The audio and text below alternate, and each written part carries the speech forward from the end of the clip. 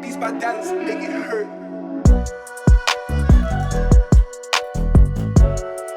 सो hello everyone, कैसे हैं यार सभी लोग। अभी तक हमने डिफरेंशिएशन की 2 वीडियो देख ली है। आज डिफरेंशिएशन की जो 3rd वीडियो है वो आ रही है। मतलब यही डिफरेंशिएशन की 3rd वीडियो है, ठीक है। अभी तक हमने जो 2 वीडियो में देखा था, हमने सीख लिया था कि हम किसी भी इक्वेशन को डिफरेंशिएट कैसे कर सकते हैं। लेकिन आज उसी नॉलेज को हम एक्सपैंड करके कुछ और एक्स्ट्रा चीज़ें सीख रहे होंगे यार। आज की वीडियो में कुछ ओपी चीज़ें हम सीख रहे होंगे, कुछ चीज़ें ओवरकिल हो रही होगी। तो यार जहाँ पे ऐसी चीज़ें होंगी जिन बच्चों को एकदम ही बोर्ड्स लेवल की तैयारी करनी है, तो वहाँ पे मैं बता दूंगा कि कौन सी चीज़ जो है वो बहुत इंपॉर्टेंट नहीं है। इनफैक्ट मैं रिकमेंड करूँगा कि यार आप सभी लोग पूरी वीडियो देखो, ठीक है। एंड जो बच्चे एडवांस के लिए तैयारी कर रहे हैं एंड मेंस के लिए तैयारी कर रहे हैं, उनको ये वीडियो बहुत ध्यान से रखनी है, बहुत ध्यान से समझनी है, ठीक है। बहुत लोग आज जो टॉपिक्स में पढ़ाने वाला हूँ वो मेंस के लिए भी नहीं पढ़ाते हैं, बट आई बिलीव कि इनको पढ़ाने से कई बार हमारी जो डिफ़िकल्टी होती है वो आसान हो रही होती है। हमें जब चीज़ों के पीछे का रीज़न पता होता है, तब हम कुछ अलग तरीके से प्रॉब्लम को सोच के उसको सॉल्व कर पाते हैं। तो इसलिए चीज़ों के पीछे का रीज़न जानना बहुत इंपॉर्टेंट है। एंड इसी के साथ आज की वीडियो शुरू करते हैं। ओके जी। तो और ऐसा भी कुछ नहीं है वीडियो में, जिस तरीके से पढ़ाया जाता है उस तरीके से आपको पढ़ाया जा रहा है, तो बिल्कुल चिंता करने की ज़रूरत नहीं है। Okay, so this is take two introduction, take 2। So hello everyone, कैसे हैं यार सभी लोग।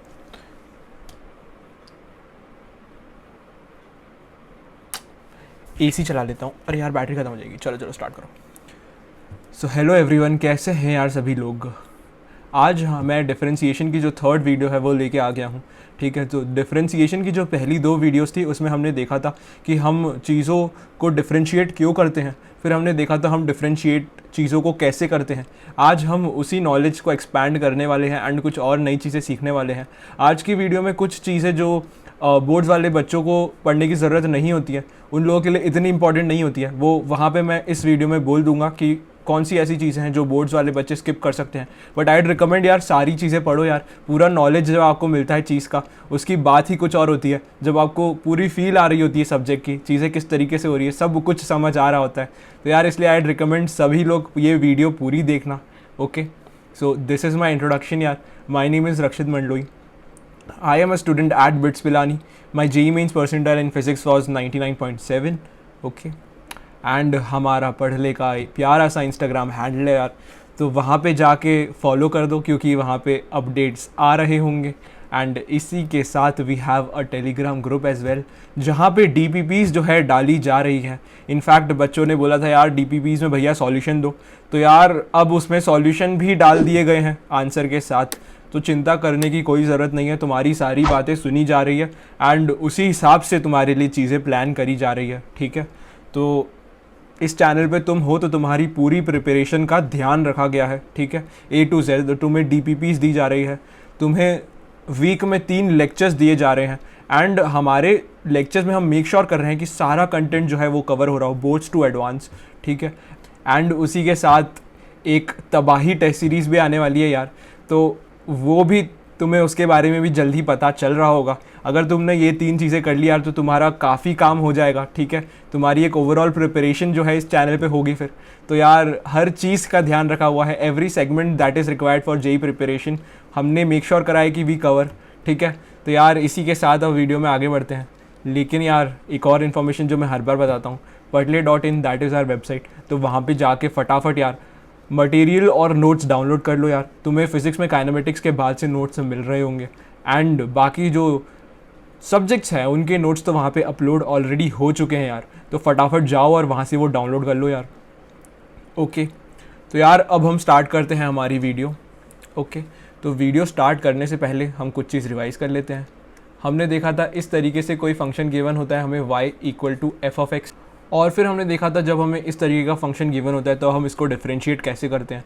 हमने यहाँ पे dy/dx लिख दिया था, that was nothing but d of f(x) of d of x और f'(x) और y', ये तीनों फॉर्म्स होते हैं एक ही चीज़ को लिखने के, वो हमने देखा था। ओके, फिर यहाँ पे ये जो ऑपरेशन है एफ ऑफ एक्स को डिफ्रेंशिएट करना विथ रिस्पेक्ट टू एक्स, वो हमने देखा था हम कैसे करते थे। ओके, अब जब हमें एक डिफ्रेंशिएटेड फंक्शन मिल गया है that is d y upon d x, अब मैं तुम्हें बोल रहा हूँ कि मुझे इस डिफ्रेंशिएटेड फंक्शन को एक और बार डिफ्रेंशिएट करना है। अभी तक हमने y equal to f of x को एक बार डिफ्रेंशिएट करा तो हमें d y upon d x मिला, that was nothing but f dash x. F dash क्या है? F dash is nothing but differentiated function. ये भी कोई फंक्शन है लेकिन हम इसको क्या बोल देते हैं? Differentiated function.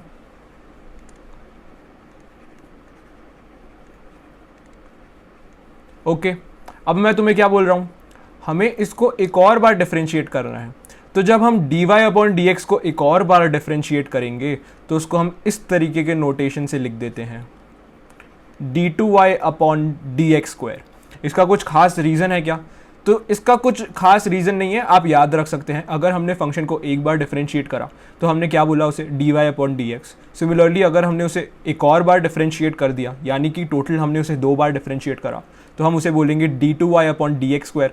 एंड इसका रिलेटेड हमें जो फंक्शन मिलेगा that is nothing but f double dash x. Function को एक बार डिफ्रेंशिएट करा हमने तो उसे क्या बोल दिया? F dash x. Similarly function को अगर 2 बार डिफ्रेंशिएट करा तो उसको क्या बोल दिया? F double dash x. Okay, इसी को लिखने के कुछ और तरीके हैं।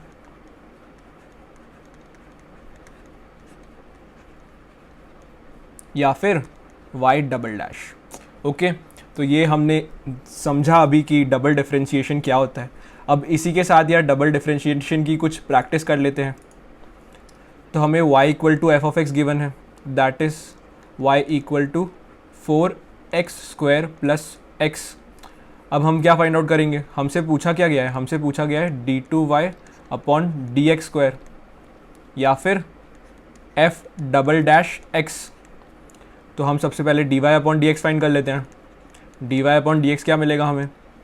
8x plus 1।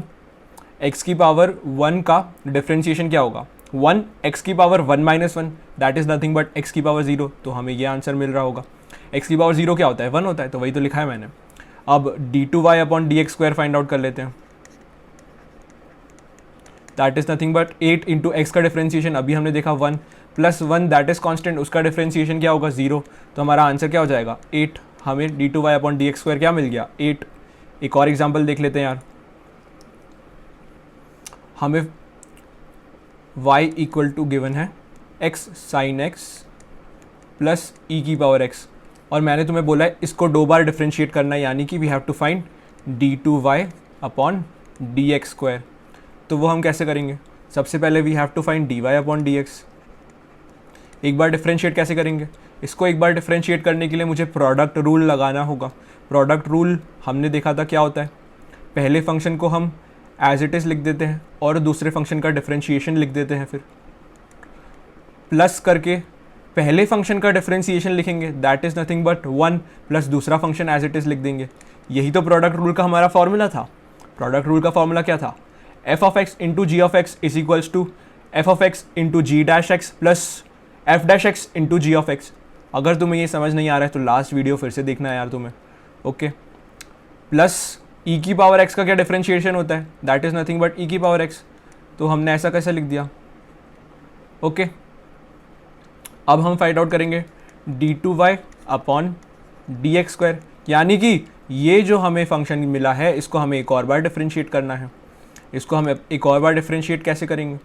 यहाँ पे प्रोडक्ट रूल लगाना पड़ेगा। अब हमें प्रोडक्ट रूल कैसे लगाएंगे? हम सबसे पहले x लिख देते हैं, कॉस x का डिफ्रेंशिएशन क्या होगा? माइनस साइन x प्लस 1, और 1 क्या है? x का डिफ्रेंशिएशन। अब जो दूसरा फंक्शन था हमारा cos x, उसको हम एज इट इज़ लिख देंगे, plus sine x plus e की पावर x।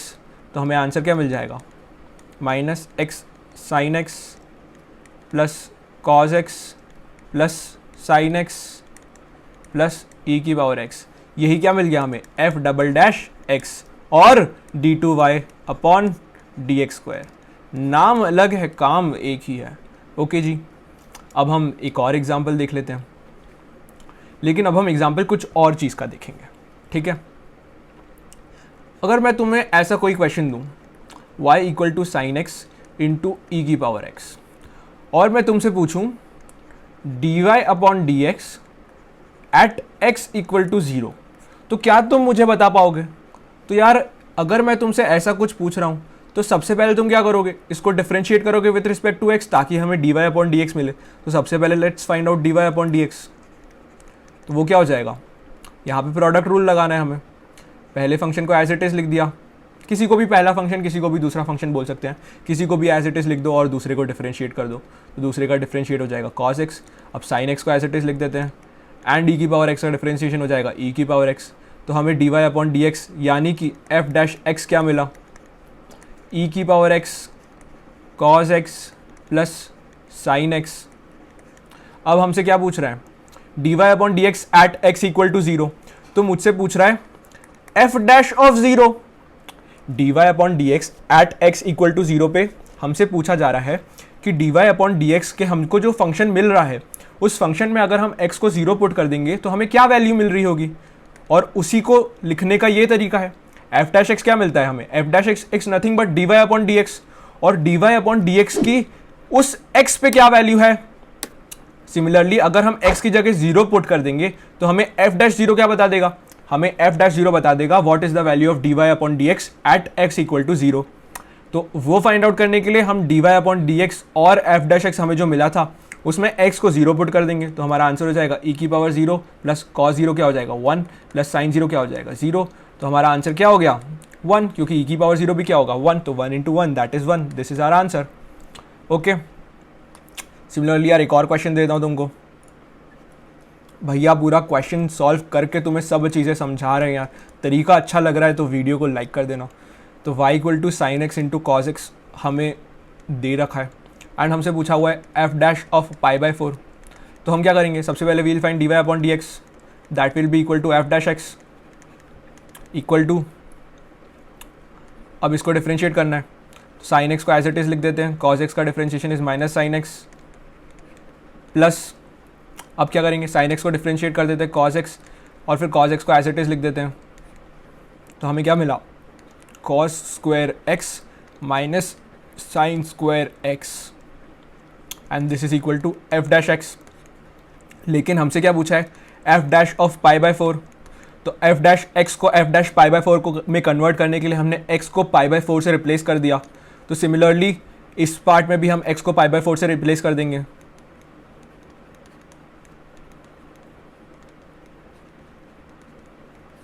और हमें आंसर क्या मिल रहा होगा, this is nothing but 1 upon root 2 का स्क्वायर माइनस 1 अपॉन रूट 2 का square that is equal to 0।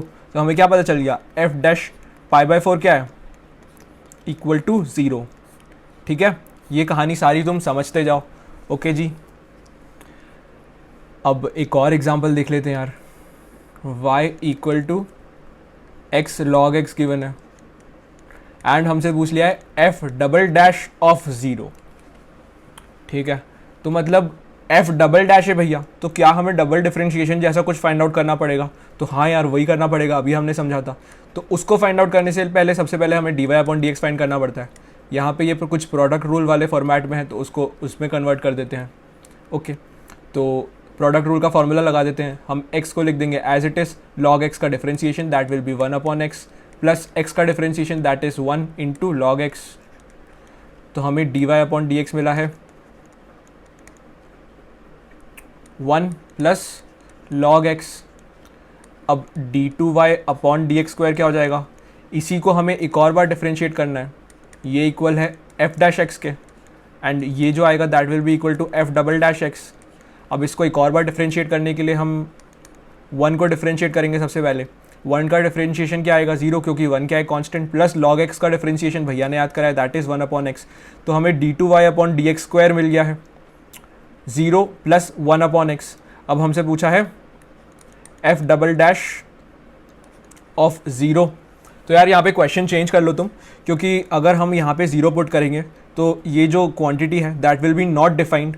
Okay, तो इसलिए हम क्वेश्चन बदल देते हैं। हमारा क्वेश्चन यहाँ पे थोड़ा सा गलत हो गया है, मनगढ़ंत क्वेश्चन बनाए जा रहे हैं, इसलिए हमसे एफ डबल डैश 0 पूछा था ना, तो उसकी जगह बस मैं तुमको बोल रहा हूँ हमसे पूछा गया है एफ डबल डैश 1। तो हमने यहाँ पे F double dash x find out कर दिया। ओके, हमने F double dash x find out कर दिया। अब F double dash one find out करने के लिए हमें क्या करना होगा, एक्स की जगह वन पुट कर देना है, तो वो कर देंगे हम। तो हमें क्या मिल जाएगा, 1/1 इज इक्वल्स टू 1। तो इसकी वैल्यू क्या मिल गई हमें, 1। हमने फंक्शन को 2 बार डिफरेंशिएट करा और उसमें x इक्वल टू 1 पुट कर दिया, तो हमें f डबल डैश 1 मिल गया। ओके, आई होप ये सभी चीज़ें तुम्हें समझ में आ रही होगी। ठीक है, तो यार आई होप तुम्हें इतना पार्ट समझ आया है। अब हम जो है थोड़ी एक चीज़ पढ़ेंगे जो कि आई रिक्वेस्ट कि सभी बच्चे पढ़े, बट अगर कोई बच्चा बोर्ड्स की तैयारी कर रहा है और उसको है कि यार काफ़ी एडवांस चीज़ें नहीं देखनी है, तो वो ये वाला पार्ट स्किप कर सकता है यार। ठीक है, अभी हम देखते हैं, समझेंगे कि एक्सप्लिसिट फंक्शन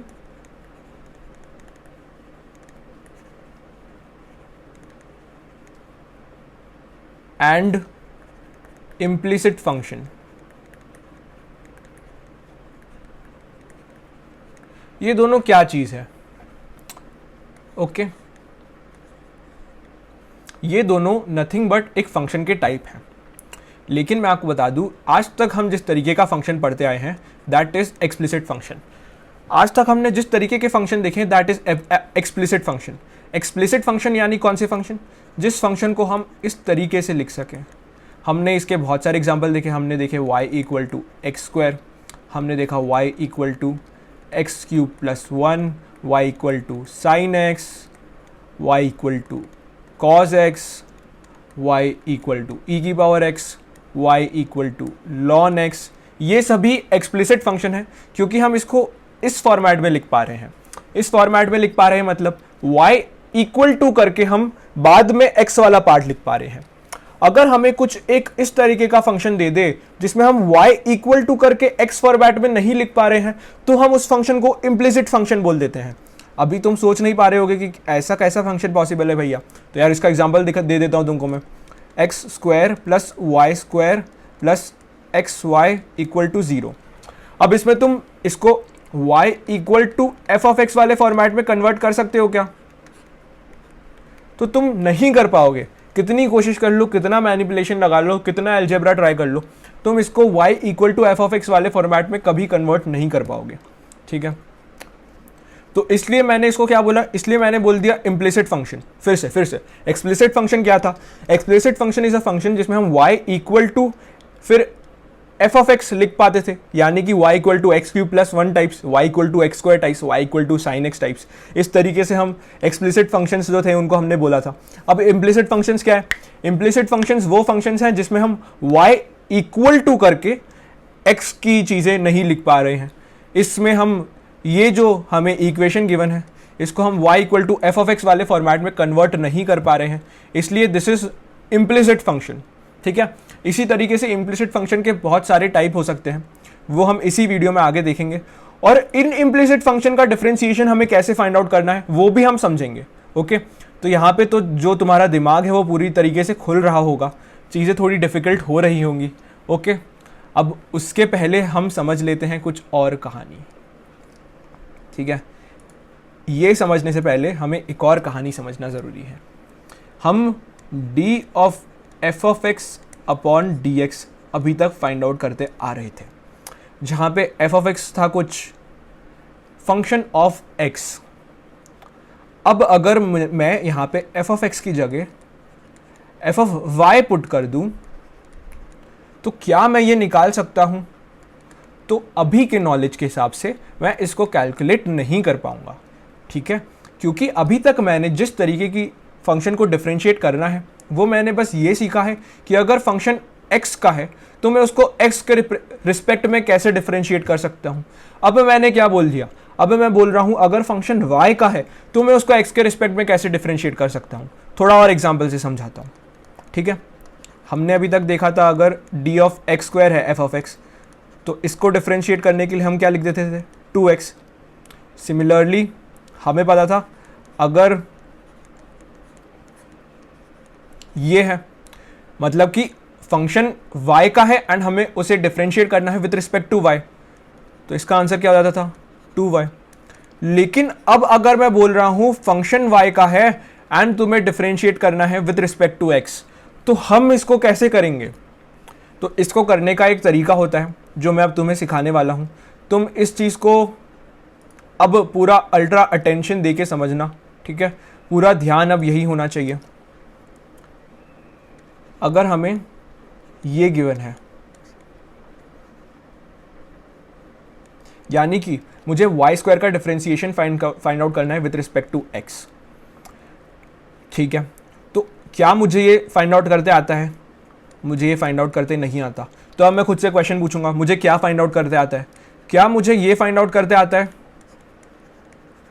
तो मुझे पता है this is equal to 2y, तो मैंने बोला हाँ मुझे ये फाइंड आउट करते आता है। ओके, अब मैं तुमसे पूछ रहा हूं कि क्या मैं इसका यूज करके इसको फाइंड आउट कर सकता हूं? क्या मैं इसका यूज करके इसको फाइंड आउट कर सकता हूं? ठीक है, तो ऐसा करने के लिए मुझे dy स्क्वायर अपॉन dx को dy square upon dy form में कन्वर्ट करना पड़ेगा। तो मैं वो कर लेता हूं। इसको मैं dy square upon dy form में कैसे कन्वर्ट करूं? तो मैं बोल रहा हूं इंटू dy अपॉन dy कर देता हूं। dy से मल्टीप्लाई भी कर दूंगा और dy से डिवाइड भी कर दूंगा। तो ये क्या हो जाएगा? हमें क्या मिलेगा? d of y square upon dy into dy upon dx। Okay, मैंने तुम्हें क्या बोला? मैंने तुमसे बोला कि मुझे d of y square upon dx find out करना है। अब मैं वो कैसे करूं? तो मैंने सोचा मुझे उसके आसपास किसी चीज को डिफरेंशिएट करते आता है क्या? तो मैंने देखा मुझे d of y square upon dy पता है, that is equal to 2y। तो अब मैंने सोचा कि मेरे को ये dy स्क्वायर अपॉन dy पता है, इसको यूज करके इस फंक्शन का डिफरेंशिएशन लिख सकता हूं क्या? तो वैसा करने के लिए मुझे ये जो चीज गिवन है dy स्क्वायर अपॉन dx, उसको मुझे dy से मल्टीप्लाई और डिवाइड करना पड़ेगा ताकि वो इस फॉर्मेट में कन्वर्ट हो जाए, that is dy square upon dy। अब मुझे पता है ये क्या है, this is nothing but 2y, तो इसी को मैं लिख सकता हूं 2y into dy upon dx। तो यही क्या हो गया हमारा आंसर। अब फिर से देख लेते हैं और एग्जाम्पल देख लेते हैं और चीज़ों से समझ लेते हैं, ठीक है? अगर हमें गिवन है, ठीक है, अब जो यहाँ पे गिवन है तुम्हें वही है d ऑफ y की पावर 4 अपॉन dx। ओके, अब इसको हमें फाइंड आउट करना है। इसको फाइंड आउट करने के लिए क्या करना पड़ेगा हमें? क्या मुझे d ऑफ y की पावर 4 को x के रिस्पेक्ट में डिफरेंशिएट करते आता है? मुझे नहीं आता। मुझे d ऑफ y की पावर 4 को d ऑफ y की पावर 4 मतलब y की पावर 4, क्या मुझे y की पावर 4 को x के रिस्पेक्ट में डिफरेंशिएट करते आता है? तो मुझे नहीं आता। क्या मुझे y की पावर 4 को y के रिस्पेक्ट में डिफरेंशिएट करते आता है? तो मैं क्या करूँगा? Into dy upon dy। Okay, ये बन जाएगा। तो इसको मैं ऐसे लिख सकता हूँ d ऑफ y की power 4 upon dy into dy upon dx। अब d ऑफ y की पावर 4 अपॉन dy को क्या लिख सकते हैं हम? 4y cube into dy upon dx, और यही क्या हो गया मेरा आंसर। इसको मैं तुम्हें एक और तरीके से समझाने की कोशिश करता हूं।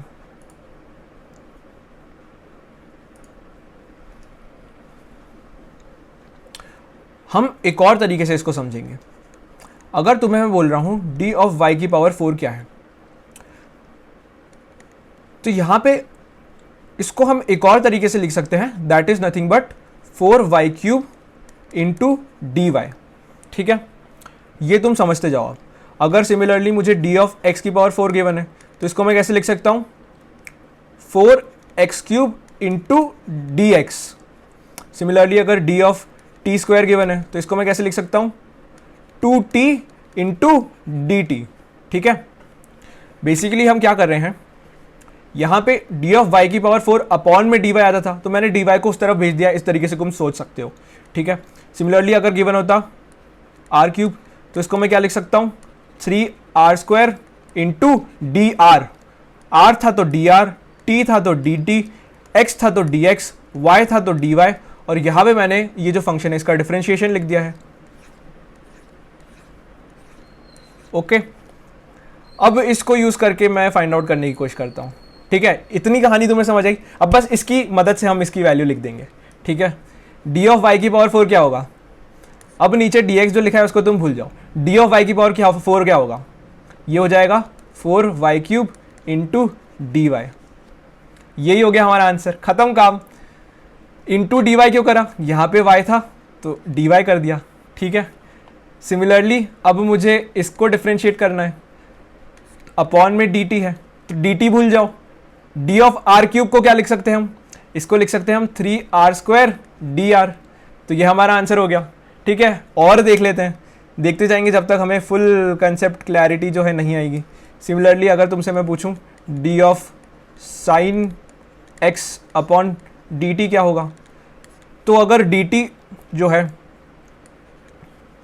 वो है तो मैं तुम्हें क्या बोल रहा हूँ, dt को भूल जाओ, dt को क्या करना है, भूलना है, और d ऑफ साइन x निकालना है। d ऑफ साइन x हमने देखा कैसे निकालेंगे, साइन x का डिफ्रेंसिएशन लिख दो, cos x इंटू करके x है तो dx, तो ये हमारा आंसर हो गया cos x into dx upon dt। तो यार मैंने तुम्हें एक ही चीज़ को दो तरीके से करना सिखा दिया है। हमारा पहला तरीका क्या था, हमारा पहला तरीका था क्या हमें d of sine x upon dt find out करते आता है, नहीं, लेकिन हमें d of sine x upon dx find out करते आता है। तो मैं क्या बोल रहा था तुम्हें, पहले वाले तरीके में इंटू dx अपॉन dx कर दो। तो जब हमने ऐसा करा तो हमें पता है इसकी वैल्यू क्या है, इसकी वैल्यू हमने लिख दी cos x into dx upon dt मिल गया। दोनों तरीके से आंसर सेम ही आ रहा है। दूसरा वाला तरीका थोड़ा आसान तरीका है, दूसरे वाले तरीके में, और तुम दूसरे वाले तरीके से नॉर्मल फंक्शन को भी डिफरेंशिएट कर सकते हो। तुम दूसरा वाला फॉलो करोगे तो कभी तुम्हारी कोई गलती नहीं होगी। अगर तुम्हें गिवन है d of sine x upon dx और तुम्हें बोल रहा हूँ इसका डिफरेंशिएशन फाइंड आउट करना है, तो इसका डिफरेंशिएशन फाइंड आउट करने के लिए क्या बोला मैंने, इस dx को अगर तुम भूल जाते हो, ठीक है, अगर तुम इस dx को भूल जाते हो तो तुम्हें क्या मिलेगा, cos x dx, साइन का डिफरेंशिएशन cos x, और यहाँ पे x था इसलिए dx अपॉन में dx, तो ये क्या हो जाएगा, कट जाएगा, और तुम्हें क्या मिलेगा cos x, जो कि sin x का डिफरेंशिएशन है x के रिस्पेक्ट में। ठीक है, अब तुम्हें ये वाला जो पार्ट है ये फिर से देखना है, अगर इसमें क्लैरिटी नहीं आई है तो मैंने एक ही चीज़ों को अलग अलग तरीके से तुमको समझाया है। ये जो पूरा टॉपिक है मैंने खोल दिया है। अब मैं तुम्हें जो सेकेंड चीज़ सिखाई है उसकी मदद से हमें जो इम्प्लिसिट फंक्शन है उनका डिफरेंशिएशन फाइंड आउट करने में बहुत आसानी होगी। तो यार अब इम्प्लिसिट फंक्शन के कुछ एग्जाम्पल देख लेते हैं। हमने जो एग्जाम्पल देखा था इम्प्लिसिट फंक्शन, जिस एग्जाम्पल से समझा था वो क्या था, x² plus xy plus y² equal to 0। Okay, तो हमें अगर ये इक्वेशन गिवन है तो हम dy अपॉन dx और dx अपॉन dy जो है वो कैसे फाइंड आउट करेंगे। तो यार इस पूरे का हम डिफरेंशिएशन वाले फॉर्मेट में इसको कन्वर्ट करते हैं। हमको इस इक्वेशन को डिफरेंशिएशन वाले फॉर्मेट में कैसे कन्वर्ट करना है वो हमने पहले समझा था। x² को कैसे लिख सकते हैं हम, x² को हम डिफरेंशिएट करके इसको 2x dx लिख सकते हैं। सिमिलरली y² को कैसे लिख सकते हैं, y² को डिफरेंशिएट करके 2y dy लिख सकते हैं। यहाँ पे dx और यहाँ पे dy ही क्यों आया, यहाँ पे x² था उसको डिफरेंशिएट करा तो हमें 2x मिला, यानी कि बात किसकी हो रही है, x की, इसलिए यहाँ पे dx आया। सिमिलरली यहाँ पे y² था जिसको डिफरेंशिएट करके हमने 2y लिखा, और बात चूँकि y की हो रही थी इसलिए यहाँ पे dy आया। सिमिलरली अब हम इसको डिफरेंशिएट कर लेते हैं, प्लस x इंटू वाई का क्या डिफरेंशिएशन होगा। तो यार यहाँ पे हमें चेन रूल लगाना होगा। तो सबसे पहले हम x को डिफरेंशिएट करेंगे और y को एज इट इज़ लिख देंगे। अब हमने x को डिफरेंशिएट करा है तो इसलिए उसके बाद dx लगाएंगे। यहाँ पे क्या करा हमने, x² को डिफरेंशिएट करा तो हमने 2x के बाद dx लगाया। सिमिलरली y² को डिफरेंशिएट करा तो 2y के बाद dy लगाया। अब हम इस फंक्शन में जब x को डिफरेंशिएट करेंगे तब उसके आगे हमें dx लगाना होगा। सिमिलरली जब हम इस फंक्शन में y को डिफरेंशिएट करेंगे तब y के आगे dy लगाना होगा। अब आपको थोड़ा सा समझ में आ रहा है। तो इसको हम कैसे डिफरेंशिएट करेंगे, इसको डिफरेंशिएट करने के लिए हम प्रोडक्ट रूल का यूज़ करेंगे। प्रोडक्ट रूल क्या था, product rule is nothing but सबसे पहले फंक्शन जो है उसको हमने एज इट इज़ लिख दिया, प्लस y का डिफरेंशिएशन। y का डिफरेंशिएशन क्या होगा, 1।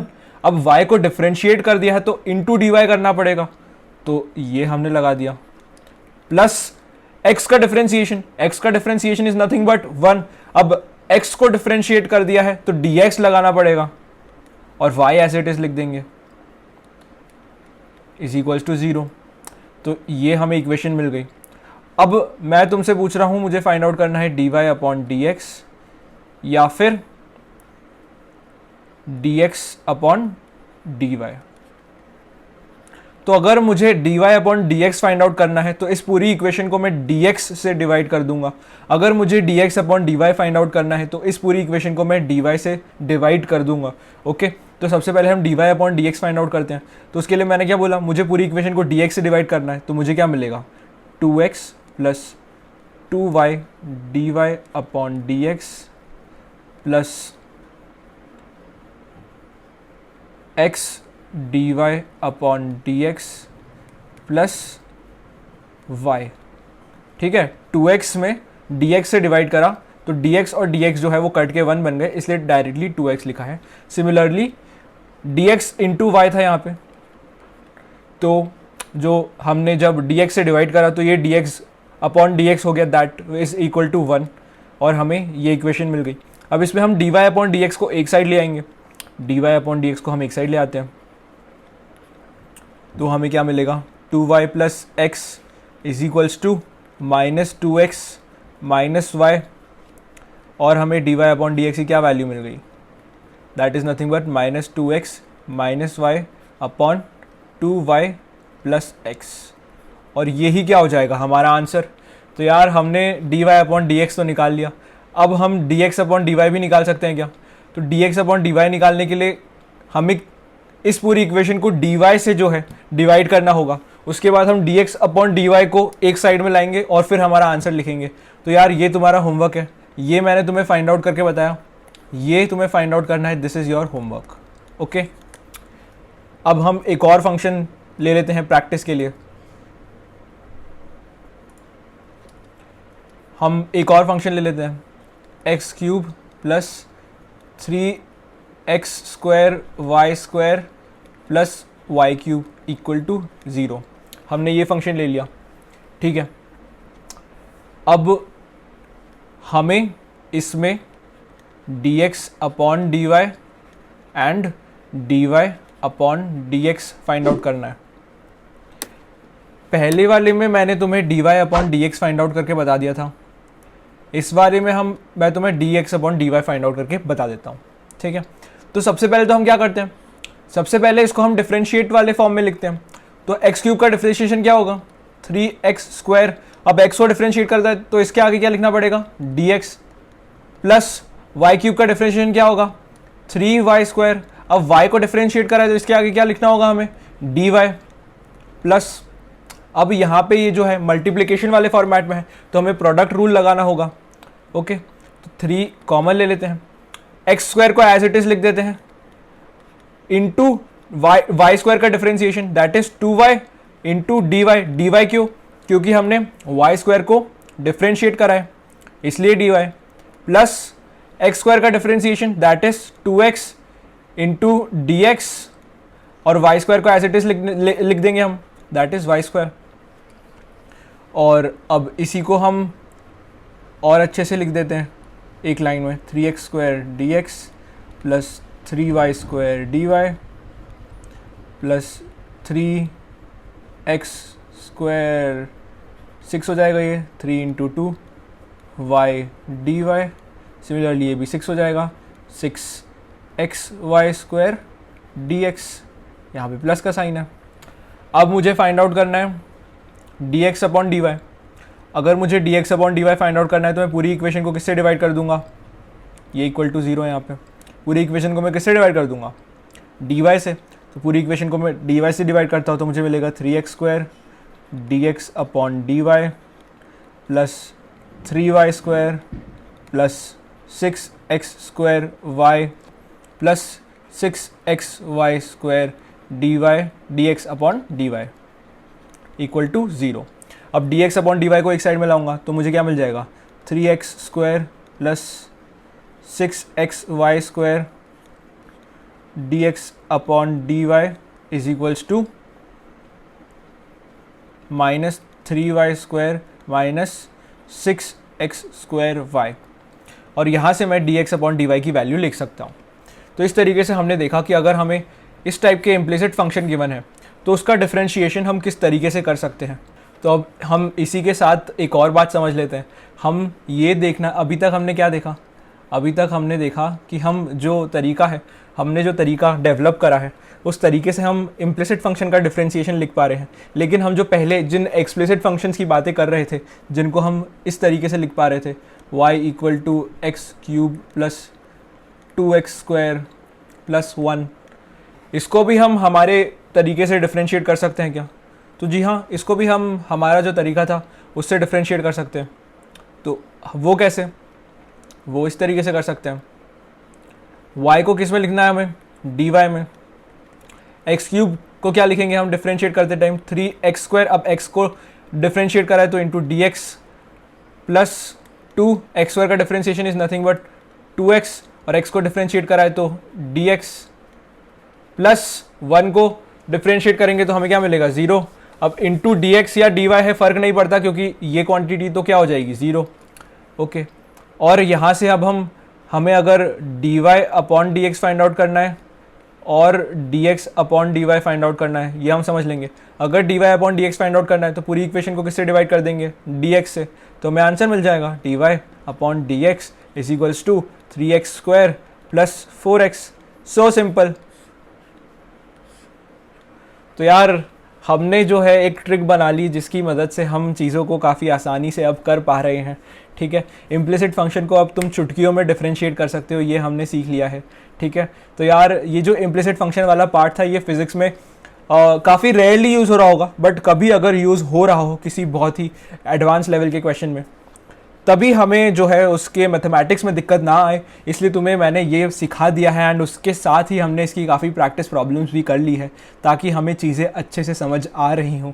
ओके जी, अब हम एक और टॉपिक पढ़ लेते हैं, that is application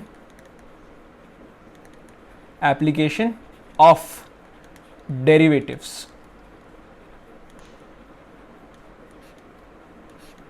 application of derivatives. अभी तक हमने देखा कि हम डिफरेंशिएशन जो है वो होता क्या है, हम उसको कैसे करते हैं। ठीक है, फिर हमने अलग अलग टाइप के फंक्शंस की बात कर ली, ट्रिग्नोमेट्रिक, एल्जेब्रिक, लॉगरिथमिक, और फिर उसमें हमने देख लिया अगर फंक्शन इम्प्लिसिट है, अगर एक्सप्लिसिट है तो उसका डिफरेंशिएशन हम कैसे कर रहे हैं। अब इस डिफरेंशिएशन की एप्लीकेशन क्या है हम वो समझने की कोशिश करते हैं। ठीक है, अभी वाला जो पार्ट है ये आपको, हम जो आगे फिजिक्स पढ़ने वाले हैं उसमें डिफरेंशिएशन को किस तरीके से यूज़ करेंगे उसकी एक फील देने के लिए है। अगर आपको अभी वाले पार्ट में बहुत सारी कहानी समझ में नहीं आ रही है तो बिल्कुल चिंता करने की ज़रूरत नहीं है, क्योंकि इंडिविजुअल चैप्टर्स में जो अब मैं आपको पार्ट बताने वाला हूँ उनके ऊपर पूरे पूरे चैप्टर बने हुए हैं। तो उन चैप्टर में हम इंडिविजुअली इन ही सब चीज़ों की बातें बहुत डिटेल में करेंगे, लेकिन डिफरेंशिएशन को आगे किस तरीके से यूज़ करना है इसका एक फील, इसका एक ओवरव्यू देने के लिए मैं आपको एप्लीकेशन ऑफ डेरिवेटिव्स जो है वो समझा रहा हूँ। ओके, तो यार इसमें हम कुछ चीज़ें देखेंगे जो हमको ऑलरेडी पता है। हमको पता है कि rate of change of displacement with respect to time क्या होता है? This is equal to velocity. ये हमने कौन सी क्लास में पढ़ा है? क्लास 9th में। तो rate of change of displacement with respect to time को क्या लिख सकते हैं हम? Delta S upon delta T. Okay, but अगर मुझे instantaneous rate of change of displacement with respect to time निकालना है तो मुझे क्या मिल जाएगा? इंस्टेंटेनियस वेलोसिटी मिल जाएगी। और वो मुझे कैसे मिलेगी? जब मैं डेल्टा टी को 0 की तरफ दौड़ा दूंगा। ये सारी कहानी मैंने फर्स्ट लेक्चर में करी है, तुम फिर से जाके देख सकते हो। मैंने जब डेल्टा टी को 0 की तरफ दौड़ा दिया तो मुझे क्या मिला? D S upon D T. And D S upon D T is equal to what? This is equal to instantaneous velocity.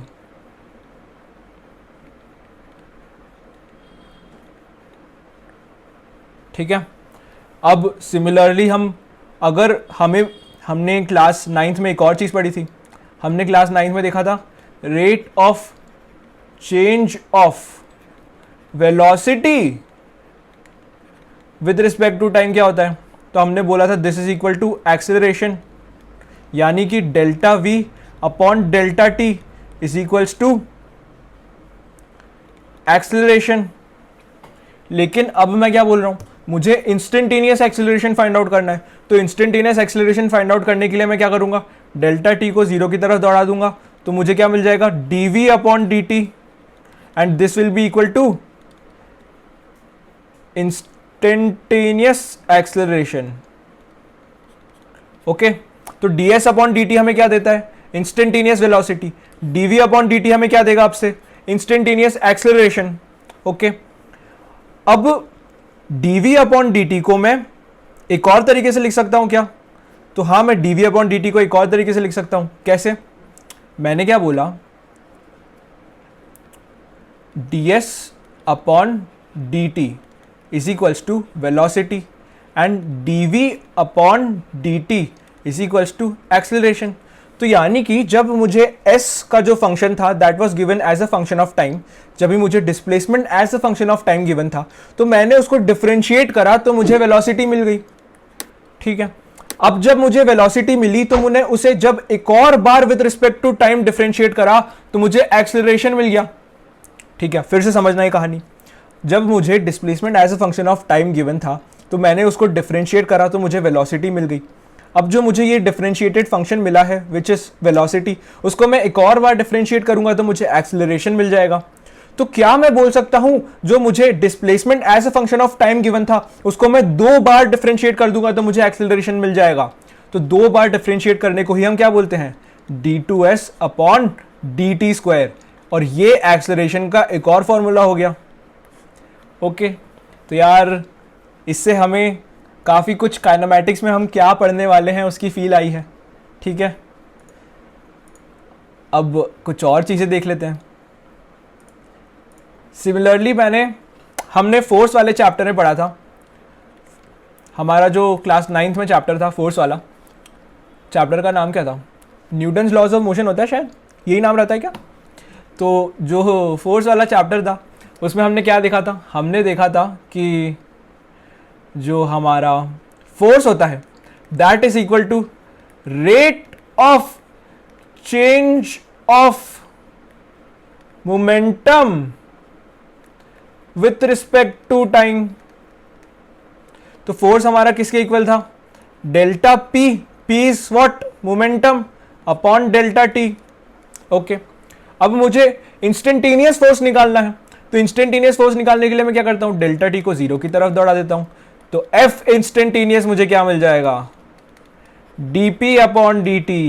Okay, तो फिजिक्स में डिफरेंशिएशन का हम किस तरीके से यूज कर रहे होंगे आपको समझ आ रहा है। अगर हमें momentum as a function of time given है एंड हम उसको डिफरेंशिएट कर देंगे तो हमें इंस्टेंटेनियस फोर्स मिल जाएगा। सिमिलरली हमने देखा था अगर हमें displacement as a function of time given था एंड हम उसको डिफरेंशिएट कर देते थे तो हमें वेलोसिटी मिलती थी, उसको हम एक और बार डिफरेंशिएट कर देते थे तो हमको एक्सेलरेशन मिलता था। अब हमें momentum as a function of time given है, उसको हम डिफरेंशिएट कर देते हैं तो हमें फोर्स मिल जाता है। ठीक है, सिमिलरली हमने क्लास 10th में देखा था, क्लास 10th में हमने क्या देखा था? Delta Q upon delta T क्या होता है? करंट। यहाँ पे क्यू क्या है? चार्ज। तो हमने क्लास 10th में देखा था कि rate of change of charge with respect to time is called current. वही तो हमने लिखा है, rate of change of charge with respect to time is called current. अब मुझे अगर इंस्टेंटेनियस करंट निकालना है तो अगर मुझे इंस्टेंटेनियस करंट निकालना है तो मैं डेल्टा टी को 0 की तरफ दौड़ा दूंगा और मुझे क्या मिल जाएगा? dq upon dt। ओके भैया, तो ये डिफरेंशिएशन से हमें इंस्टेंटेनियस वाली चीज़ें मिलती हैं। हमें ds अपॉन dt पता है, this is equal to velocity. हमें d2s अपॉन dt स्क्वायर पता है, this is equal to acceleration. Similarly हमें dp अपॉन dt पता है, p क्या था हमारा? Momentum, that is equal to force. Similarly हमें पता है dq अपॉन dt क्या होगा? करंट। ओके, तो यार हमने सारी चीज़ें देख ली। और ये इक्वल टू फोर्स जब मैं बोल रहा था तो मैं क्या कोई से भी फोर्स की बात कर रहा था? नहीं, मैं इंस्टेंटेनियस फोर्स की बात कर रहा था। मैं dp अपॉन dt निकालने के बाद किसी भी टाइम पे फोर्स की क्या वैल्यू थी वो बता सकता हूँ। ओके, तो इस तरीके से हमने फील ली कि हम डिफरेंशिएशन को आगे आने वाले चैप्टर्स में किस तरीके से यूज़ कर रहे होंगे। अगर ये वाला पार्ट बहुत अच्छे से समझ नहीं आया है तो चिंता बिल्कुल मत करो यार, हम लोग पूरी फिजिक्स में ये वाले पार्ट की पूरी फील लेने वाले हैं, तो बिल्कुल चिंता मत करो।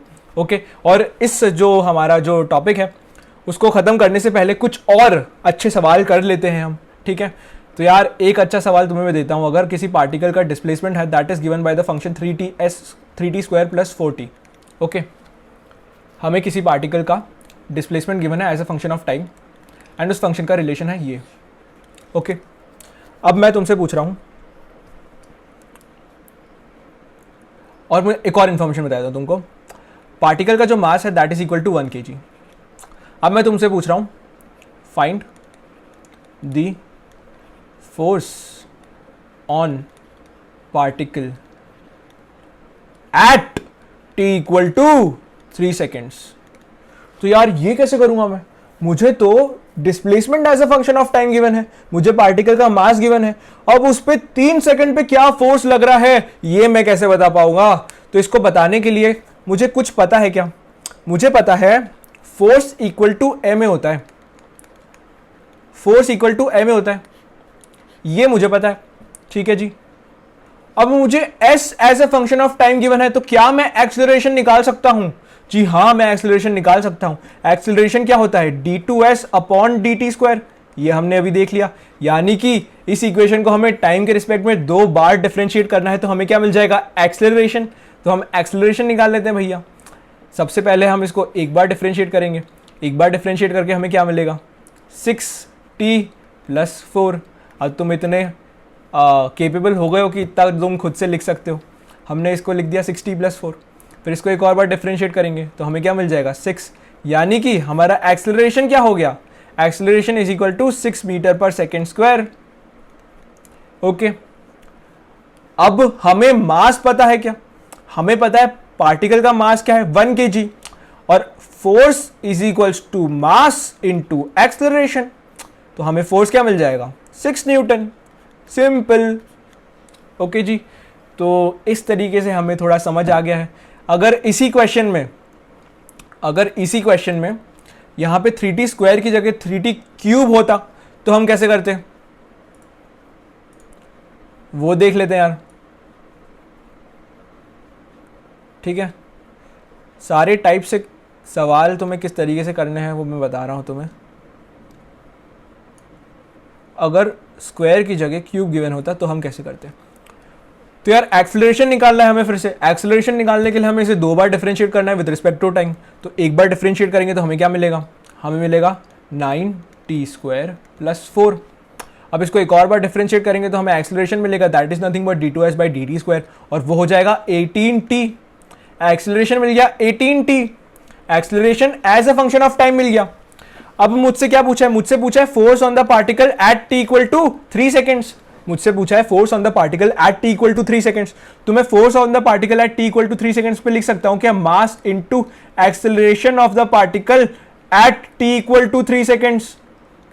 अरे भैया, उस पार्टिकल का t इक्वल टू 3 सेकेंड पे जो एक्सेलरेशन था इनटू उसका मास ही तो उस पे फोर्स लग रहा होगा। ठीक है, तो मैं निकाल लूंगा t इक्वल टू 3 सेकेंड में पार्टिकल का एक्सेलरेशन क्या है? That is nothing but 18 into 3। तो ये क्या आ जाएगा हमें? 54, है ना? अब मुझे पता है एक्सेलरेशन क्या है t इक्वल टू 3 सेकेंड, मुझे उसका मास पता है, तो क्या मैं फोर्स निकाल लूंगा? 1 इंटू 54। तो ये हो गया हमारा answer, 54 Newton. Got it guys? तो यार इस तरीके से तुम्हें थोड़ी फील और आ गई है कि किस तरीके से हम डिफरेंशिएशन को पूरे फिजिक्स में यूज़ करने वाले हैं। जहाँ जहाँ पे भी डिफरेंशिएशन आता है, जहाँ जहाँ पे भी इंटीग्रेशन आता है, वहाँ पे फिजिक्स जो है काफ़ी सुंदर बनते जाता है, चीज़ों को सॉल्व करने में मज़ा आते जाता है। ठीक है, और इसी के साथ अब एक और सवाल कर लेते हैं। ये सवाल आज के जितना भी हमने नॉलेज ग्रहण किया है उस पूरे नॉलेज को मिला के बनाया गया है। ठीक है, और ये काफ़ी इम्पॉर्टेंट सवाल भी है। इनफैक्ट आपके जो कॉम्पिटिटिव एग्ज़ाम्स हैं उस एग्ज़ाम्स में किस टाइप के क्वेश्चन आते हैं उसकी थोड़ी फील भी देता है। मैं नहीं बोलूँगा कि यही क्वेश्चन आएगा, इनफैक्ट बेसिक मैथमेटिक्स से तो कोई क्वेश्चन भी नहीं आता है, बट इसका जो लेवल है, इसका जो तरीका है, ये जिस तरीके से ज़्यादा कॉन्सेप्ट्स को कवर करता है उस तरीके के क्वेश्चंस पूछे जाते हैं। ठीक है जी, अब हमसे क्या पूछा है? Rate of change of area and rate of change of volume. तो हमारा सवाल क्या है? हमारा सवाल है, अगर मुझे एक सर्कल गिवन है, अगर मुझे एक सर्कल गिवन है,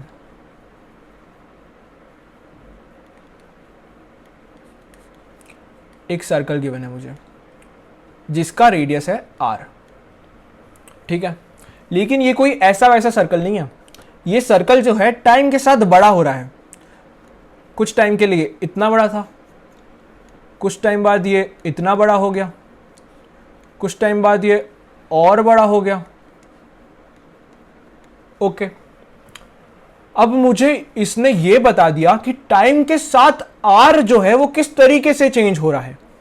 मुझे क्वेश्चन में उसने बता दिया टाइम के साथ आर किस तरीके से चेंज हो रहा है, यानी कि उसने मुझे बोल दिया D R upon D T क्या है। उसने बोल दिया D R upon D T is 2 metre per second, यानी कि instantaneous rate of change of R with respect to time is 2 metre per second. Okay, यानी कि किसी भी इंस्टेंट पे आर जो है 2 मीटर पर सेकेंड से बदल रहा है।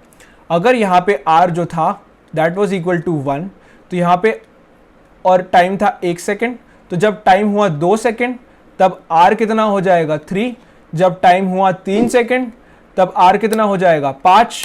इस तरीके से आर हमारा बढ़ रहा है और उसको हमने कैसे बोल दिया D R upon D t that is equal to 2 metre per second.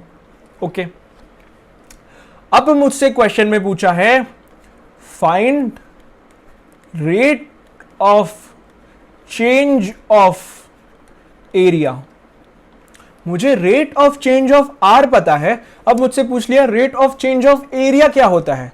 तो यार इसको सॉल्व करने से पहले सबसे पहले हम समझ लेते हैं हमें गिवन क्या है एंड हमें निकालना क्या है। हमें गिवन है D R upon D T is equals to 2 metre per second. Okay, and हमें निकालना है D A upon D T. Okay, अब हमें rate of change of area जो है वो कभी भी निकालना है क्या। 1 सेकेंड पे हो सकता है rate of change of area कुछ अलग हो, 2 सेकेंड पे हो सकता है rate of change of area कुछ अलग हो, 3 सेकेंड पे हो सकता है rate of change of area कुछ अलग है। तो मैं बोल देता हूं मुझे निकालना है rate of change of area at T equal to 2 second. This is what I have to find out. तो यहां भी लिख देता हूं at 2 equal to 2 second, T equal to 2 seconds. तो मुझे गिवन है D R upon D T और मुझे फाइंड आउट करना है D A upon D T at T equal to 2 seconds. Okay, तो इसको मैं कैसे करूंगा। तो सबसे पहले मैं लिखता हूं कि एरिया जो है वो होता क्या है। Area is nothing but pi R square. Okay, अब मुझे D A upon D T find out करना है। तो अगर मैं इसको डिफरेंशिएट कर दूंगा तो मेरा कुछ काम बनेगा क्या, तो वो करके देख लेते हैं। इसको डिफरेंशिएट मैं कैसे करूंगा, D A upon D T is equals to. Okay, अब मुझे फाइंड आउट करना है पाई आर स्क्वायर अपॉन में डी टी। लेकिन ये फंक्शन तो आर का है, अगर मुझे इसे डिफरेंशिएट करना है तो मुझे इसको विद रिस्पेक्ट टू आर ही डिफरेंशिएट करने आता है। तो ऐसा करने के लिए मैं इसको into D are upon D R कर दूंगा। क्यों करूंगा, क्योंकि मुझे पता है D of pi R square upon D R क्या होता है, इसलिए मैंने into D are upon D R करा। अभी हमने वीडियो में पहले समझा भी है कि हम ऐसा क्यों करते हैं। तो हमें D of pi R square upon D R की जो वैल्यू है वो क्या मिल जाएगी, वो हमें मिल जाएगी 2 पाई आर इंटू जो चीजें हमारी बच गई d are upon D t. ये हमें क्या मिल गया, d A upon D T. Okay, हमें पता है D R upon D T क्या है, D R upon D T is nothing but 2 metre per second. तो हमें d A upon D T क्या मिल जाएगा, 4 pi r. 4 pi r is the rate of change of area with respect to time. और हमें ये जो है वो कब निकालना था, जब हमारा टाइम क्या है 2 सेकेंड्स। अब जब टाइम 2 सेकेंड्स था तो हम देखेंगे हमारी आर की क्या वैल्यू है। टाइम 2 सेकेंड पे हमारी आर की वैल्यू 3 है। ओके, तो जब मैं आर की वैल्यू 3 पुट कर दूंगा तो मुझे आंसर मिल जाएगा, that is nothing but 12 pi. This is rate of change of area with respect to time. I hope आपको ये वाला पार्ट समझ आया होगा। हमने सबसे पहले क्या करा, हमें क्वेश्चन में क्या गिवन था, हमें गिवन था rate of change of radius with respect to time. उसके बाद हमने क्या निकाला, हमने निकाला rate of change of area with respect to time. तो सबसे पहले हमने area as a function of radius लिख दिया, फिर हमने उसको डिफरेंशिएट करा विद रिस्पेक्ट टू टाइम। ठीक है, अब जो एरिया था that was as a function of radius, तो उसको विद रिस्पेक्ट टू टाइम हमें डिफरेंशिएट करते नहीं आता था, इसलिए हमने उसे into D R divided by D R करा। फिर हमने जो हमारा एरिया था which was as a function of R, उसको डी आर से डिफ्रेंशिएट कर दिया और into D are upon D T जो टर्म थी वो बची हुई रहने दी हमने वहीं पे। फिर हमने देखा D R upon D T की वैल्यू तो हमें पता है, तो हमने वहाँ पे D R upon D T की वैल्यू पुट कर दी। ठीक है, फिर हमने देखा कि हमें जो क्वेश्चन में पूछा था that was at T equal to 2 seconds और t इक्वल टू 2 सेकेंड्स पे r की क्या वैल्यू थी 3, तो हमने वो r जो था वो हमारी इक्वेशन में रख दिया और हमें dA upon dt at t equal to 2 seconds and at r equal to 3 seconds मिल गया। That is nothing but 12 pi. तो आई होप आपको इस क्वेश्चन से फील आई होगी, ठीक है। इस टाइप के क्वेश्चंस जो हैं थोड़े से जो हैं इस लेवल पे समझना हो सकता है मुश्किल हो, ठीक है, बट मैंने ट्राई करा है पूरा कि काफ़ी स्मूथ जो है आपकी कर्व हो, लर्निंग कर्व हो, आपको एकदम से चीज़ें डिफ़िकल्ट जो है वो ना आ जाए, ठीक है। तो ये जो था हमारी क्लास का सबसे अच्छा क्वेश्चन था यार। अगर तुम्हें ये समझ नहीं आया तो इसको बार बार देखो, इसके बारे में बार बार सोचो, ठीक है। मैंने पूरा ट्राई करा है इसको तुम्हें समझाने का, ठीक है। सो यार this was all about the video यार, है ना। तो अगर तुमने चैनल को अभी तक सब्सक्राइब नहीं किया तो वो कर देना। एंड इसी के साथ यार bye bye, have a good day, take care.